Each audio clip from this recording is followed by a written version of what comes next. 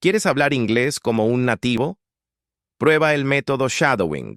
Repite conmigo en voz alta y sin miedo. Escucha, imita y habla. Así es como se entrena el oído y la boca. Aquí no solo aprendes, aquí hablas inglés desde el primer minuto. Suscríbete y empieza ahora mismo a hablar como siempre soñaste.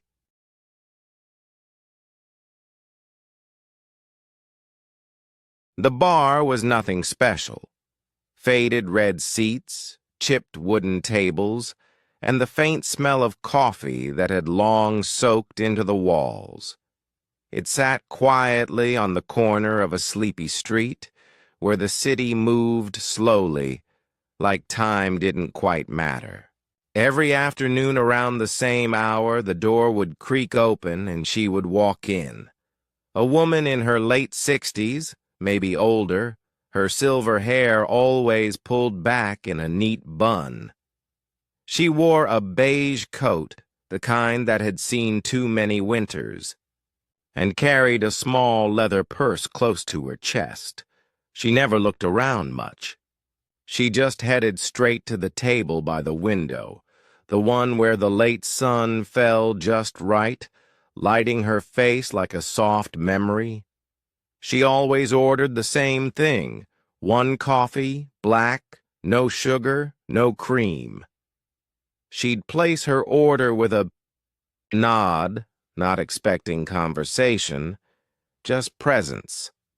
Then she would sit down, open a small notebook, and stare outside for a while before writing. She didn't write much, a few lines here and there, sometimes none at all. The staff grew used to her quiet presence. She didn't ask for music to be lowered or the room to be warmer. She asked for nothing, and yet her presence filled the room like someone humming a song you couldn't quite recognize, but still wanted to hear. I was the one who worked the afternoon shift. At first, I didn't pay her much attention. People came and went, regulars, strangers, lovers arguing, friends laughing. But she was different.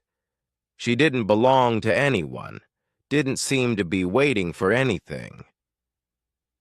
I started to notice the exact time she'd arrive. Always 5 minutes past 3. I started having her coffee ready before she even asked. She would glance at me with a soft smile, the kind that said thank you without using words. I think she noticed my curiosity before I even realized it myself. One rainy Thursday, the bar was nearly empty, the kind of gray day that made everyone stay home. But she came in, like always, with water dripping from her coat. I handed her a warm napkin, and she nodded in appreciation. I couldn't help it anymore. I asked her gently, "Why do you always come here every day?"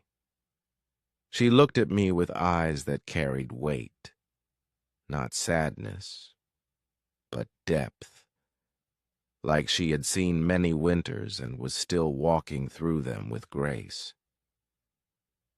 "I come here to feel alive," she said, her voice steady, simple, true. I didn't respond. What could I say to that? After that, I saw her differently. I began to imagine what her life must have been. A house once full of voices, a husband lost to time or war, children gone or grown too far away to reach her afternoons. Or maybe she had never had any of those things. Maybe she had always been a solitary soul who found comfort in silence. But still, she came, every single day. That booth became a little stage, and she, the actress of a quiet play no one else seemed to watch. Except me. There was something beautiful in her routine. It was fragile but strong. like the way a bird keeps returning to the same branch, even when the tree is nearly bare. Some people seek adventure to feel alive. Others, like her, seek familiarity. I watched the way her fingers curved around the coffee cup like she was greeting an old friend. Sometimes she would close her eyes while sipping, as if listening to music that only she could hear. I realized then that presence doesn't always need noise, company, or even movement. Sometimes it just needs consistency. One afternoon, she didn't come. I kept glancing at the door. 3 o'clock, 3:15, 4. I even checked outside thinking maybe the rain had delayed her, but the sky was clear. The seat by the window sat empty, looking almost uncomfortable without her. The next day, I waited again. And again, nothing. I felt a strange emptiness I hadn't expected. It was like someone had turned off a soft light in the room. The silence that followed was heavier than usual, like it had swallowed her absence, whole. Then, 3 days later, she returned. She looked tired. Her coat was heavier, her steps slower. She smiled when she saw her coffee waiting. I tried to hide the relief on my face. She sat down as usual, but this time, no notebook. Just her and the window. I walked over, trying to seem casual. "Glad to see you again," I said. She nodded, eyes soft. "I was in the hospital," she said plainly, "but I missed this place too much to stay away." She said it like someone saying they missed a sunset. Not dramatic, just real. We didn't speak much after that. I didn't pry. She didn't offer. But something had shifted.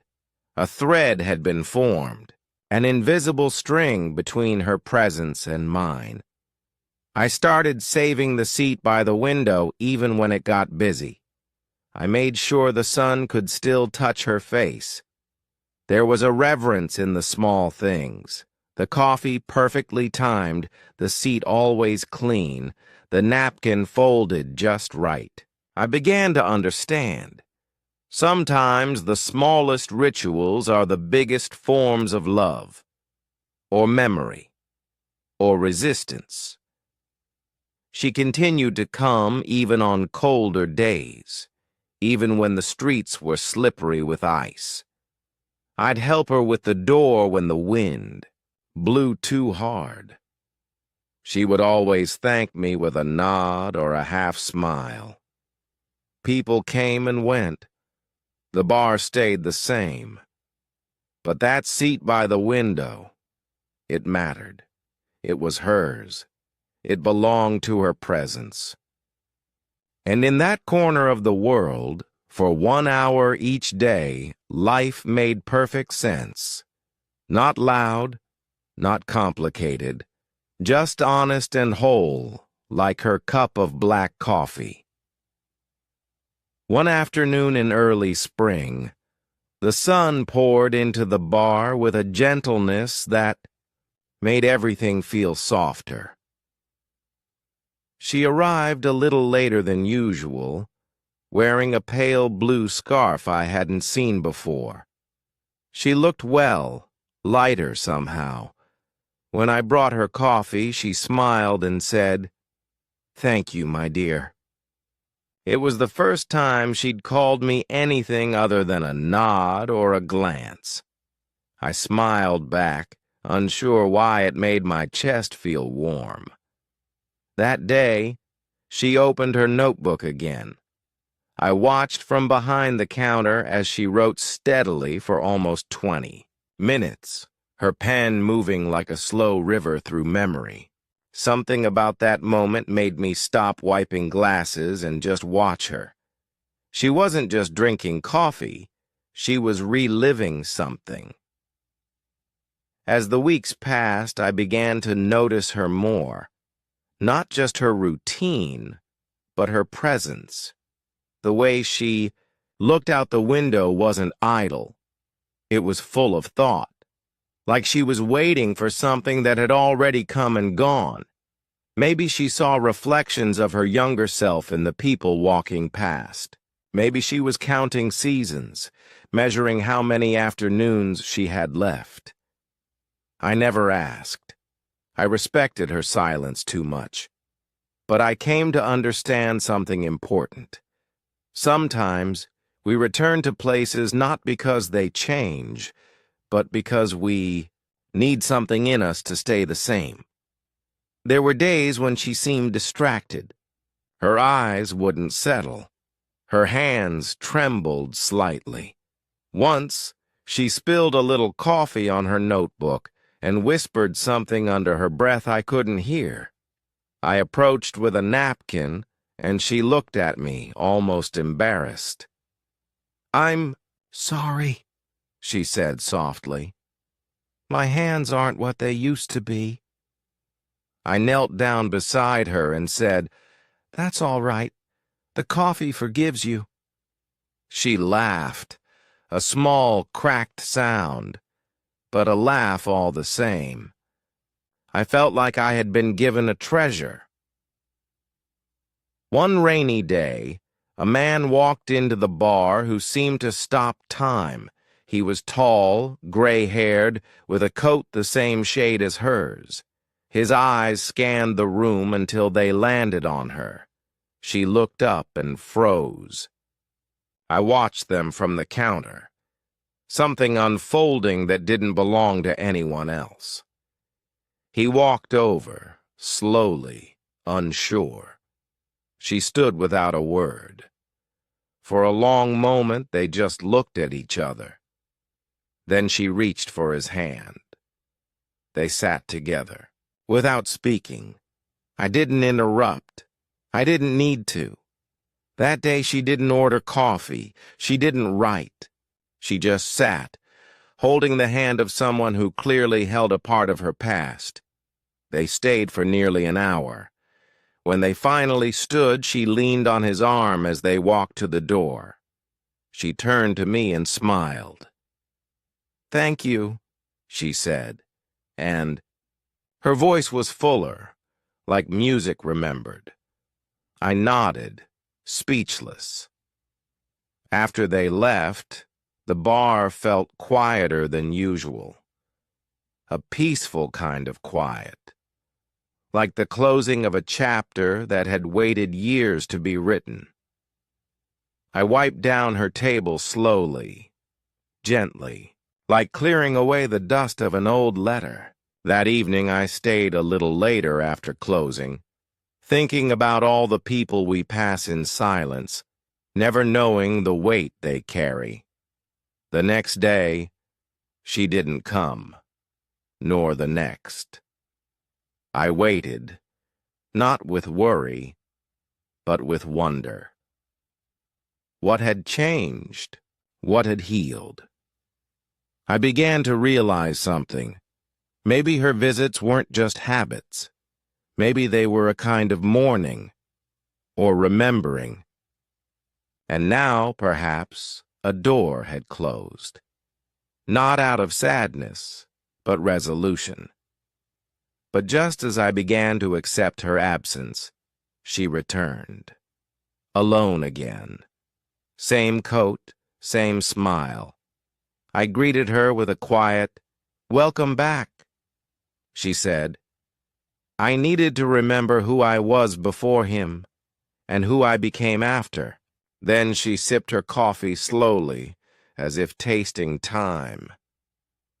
We never spoke much after that. But a bond had formed, one that didn't need stories or questions, just presence. She came every afternoon, wrote some days, stared out the window on others. Sometimes she cried. Sometimes she laughed quietly to herself. I never interrupted, but I made sure her table was clean, her coffee was warm, and the sun could still touch her face. It felt like a silent promise, like I had become the keeper of something sacred, the final act of someone who had loved, lost, and lived enough to sit still and just be. Seasons passed.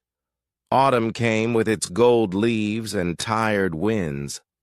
I remember one particular day when the sky outside the window matched her eyes, pale, steady, and filled with clouds. She didn't write that day. She simply looked out, her fingers tracing the rim of the coffee cup. I asked her softly, "What do you see out there?" She didn't turn to me. She just answered, "Everything I've ever loved, and everything I've let go." I nodded, though I didn't understand. Not fully, but her words stayed with me, like leaves pressed between the pages of a book you can't quite throw away. One late afternoon, she came in wearing a brighter coat, red, a color she never wore before. I raised an eyebrow in playful surprise. She laughed and said, "It was time for something different." She seemed lighter, her steps more playful, her eyes brighter.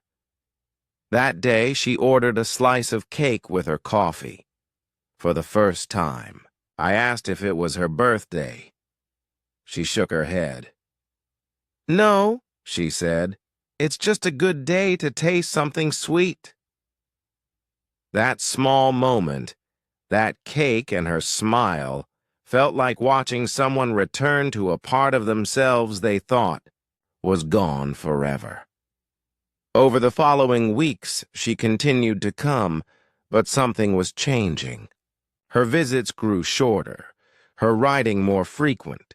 The pages of her notebook filled quickly. She didn't share what she was writing, and I didn't ask. I knew better than to touch a story still in the making. But one day, she left her notebook behind. I rushed out after her, calling gently, "You forgot this." She turned and looked at it in my hands. Then she smiled, not sad, just serene. "No," she said, "it's yours now." And then she walked away. I stood there for a long time, notebook in hand, unsure what to do. It felt heavy, not in weight, but in meaning, like holding someone's soul between pages. I waited until closing that night before I opened it. I expected stories or poems, maybe reflections.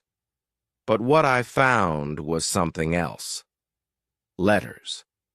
Dozens of letters, each one addressed not to a person, but to moments. To the morning I let him go.